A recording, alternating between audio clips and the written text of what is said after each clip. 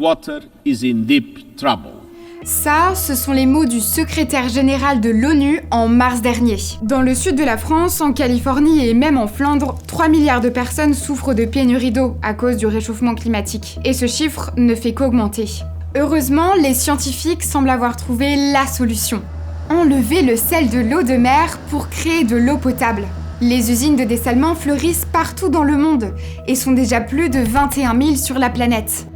Pourtant, cette technologie miracle a une face cachée. Dans ce décryptage, on va voir comment elle fonctionne, mais surtout comment, mal utilisée, elle menace de détruire nos océans.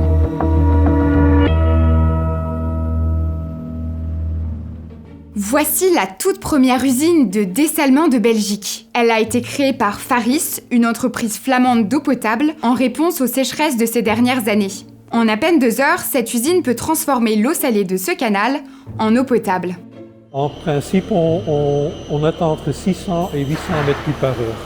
Mais en cas de sécheresse ou quand il y a beaucoup de touristes vers la côte, on va vers 1000 mètres cubes par heure. En gros, ça fait 1 million de litres par heure. Tout ça paraît très simple, mais en fait, le processus est un peu complexe. L'eau du canal, un peu moins salée que la mer, arrive dans ces énormes tuyaux pour être filtrée. Ça nous évite d'avaler les microbes. Ensuite, l'eau passe par d'immenses bacs pour être une deuxième fois filtrée par cette membrane. C'est ici qu'on enlève le sel. Pour finir, l'eau passe encore dans des tuyaux pour être reminéralisée avant d'être envoyée dans les robinets. Ça fonctionne tellement bien que les ingénieurs de Faris comptent construire une deuxième usine sur la côte en 2024. Et si dans le futur c'est nécessaire d'aller plus grand, on est prêt. On a l'expérience et on peut continuer avec des usines plus grandes. Plus d'usines, plus grandes, c'est super. Sauf que dessaler l'eau, ça peut poser problème, à cause du rejet de sel. Dans la plupart des usines de dessalement, ce sel est rejeté en mer, en très très grande quantité. Et ça peut augmenter la concentration en sel de l'eau et donc changer son degré d'acidité. Pour bien le comprendre, il nous faut un aquarium. Pour que les poissons et les plantes s'y sentent bien, il leur faut de l'oxygène et du dioxyde de carbone. Si du sel est ajouté dans cet aquarium, le pH de l'eau change, l'eau devient plus acide. La végétation marine et les poissons ont donc plus de mal à capter les molécules. En plus, la concentration de sel crée une sorte de brouillard qui empêche la lumière de passer et donc la photosynthèse. Résultat, les plantes étouffent. Quand on voit les volumes traités, il peut quand même y avoir des problèmes locaux dans des mers fermées, etc., qui font que, in fine, au bout d'une centaine d'années, il faudrait faire des simulations. On pourrait quand même avoir des effets qui vont se marquer insidieusement, tout comme finalement les microplastiques qui commencent à envahir nos océans. Pour ce qui est d'Ostende, là où on était au début de la vidéo, l'impact reste très limité, car les quantités de sel rejeté en mer sont faibles. Mais dans certains pays, les volumes d'eau dessalée sont beaucoup plus importants. Au Qatar, au Koweït ou encore aux Émirats arabes unis, le dessalement est la seule source d'approvisionnement d'eau potable. Ces 3 pays concentrent à eux seuls 38 méga-usines. Par exemple, les Émirats arabes unis produisent 6 milliards de litres par jour grâce au dessalement. C'est donc 250 fois plus que la Belgique avec son usine à Ostende. Les conséquences sur la biodiversité marine ne sont donc pas les mêmes, même si pour l'instant, il manque encore des études approfondies sur le sujet.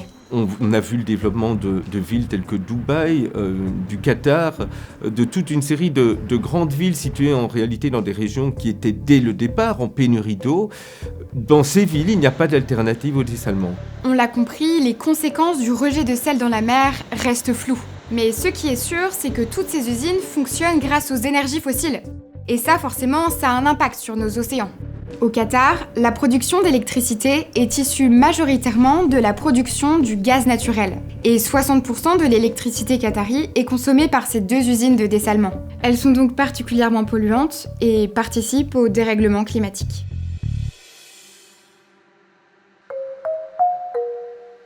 Finalement, le dessalement de l'eau de mer, c'est un peu comme l'air conditionné. On assiste au boom de ces 2 technologies, qui sont des technologies qui se développent à cause de l'augmentation des températures et du changement climatique, mais qu'il s'agit de limiter pourtant autant que possible, parce qu'à leur tour, elles peuvent contribuer, par leur consommation énergétique, à accroître, à accélérer le changement climatique. On comprend donc bien le vrai paradoxe de cette technologie. Elle offre une solution aux pénuries d'eau potable liées au changement climatique et à la surconsommation, et elle est d'ailleurs plutôt efficace quand on sait que le Qatar n'utilise que ça pour ses terres et ses habitants. Mais elle présente aussi de grands dangers pour nos océans. Des directives européennes prévoient d'ailleurs des études d'impact. Il y a aussi des conventions qui encadrent la pratique du dessalement, mais toujours pas de réglementation internationale. En attendant, le dessalement doit absolument s'inscrire dans une réflexion éclairée et durable de nos modes de consommation, pour ne pas risquer d'endommager notre environnement et reproduire nos erreurs passées. Et d'où l'impératif de trouver d'autres solutions, d'autres alternatives pour gérer l'eau de manière plus responsable et devoir finalement moins se baser sur l'eau de mer qui doit être désalinisée.